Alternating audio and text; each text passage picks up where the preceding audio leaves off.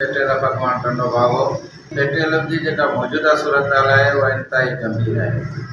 जेको ही मौजूदा टेन्योर गुज़रियो है वो इंतहाई जेको आहे असाज़ा जे लाइ उस्तादनि जे लाइ तमामु हानिकार रहियो आहे। के बि उस्तादनि जा कम न थी सघिया आहिनि। उस्ताद बेचैन रहिया आहिनि ऐं उस्ताद जेके आहिनि मायूस थी विया आहिनि तनज़ीम खां, ख़ुसूसन नौजवान उस्ताद। हिन वक़्त ताईं जेको आहे न सर्विस स्ट्रक्चर मिलियो आहे, न जेको आहे नौजवान उस्तादनि खे जेके महारातूं मिलण त घुरिजूं हुयूं उहे न मिली सघियूं आहिनि। उन करे जेको आहे नौजवान उस्ताद चाहे थो त फ्री एंड फेयर इलेक्शन जेका आहे फिलफोर थियणु खपे, जीअं पेट्रोल जी बका जेका आहे सा बहाल रहे। छो त नौजवान उस्तादनि जो हक़ आहे। पेट्रोल जी जेका मरकज़ी क़यादत आहे उहा इन मामले में त संजीदा न आहे।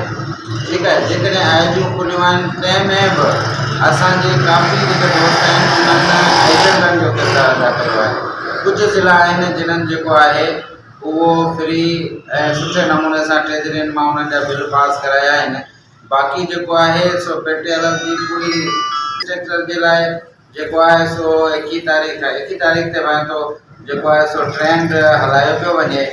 उन खां पोइ जेकॾहिं तनज़ीम कुझु न कयो त ज़ाहिर आहे नौजवान उस्ताद पंहिंजी मदद पाण कुझु कंदा।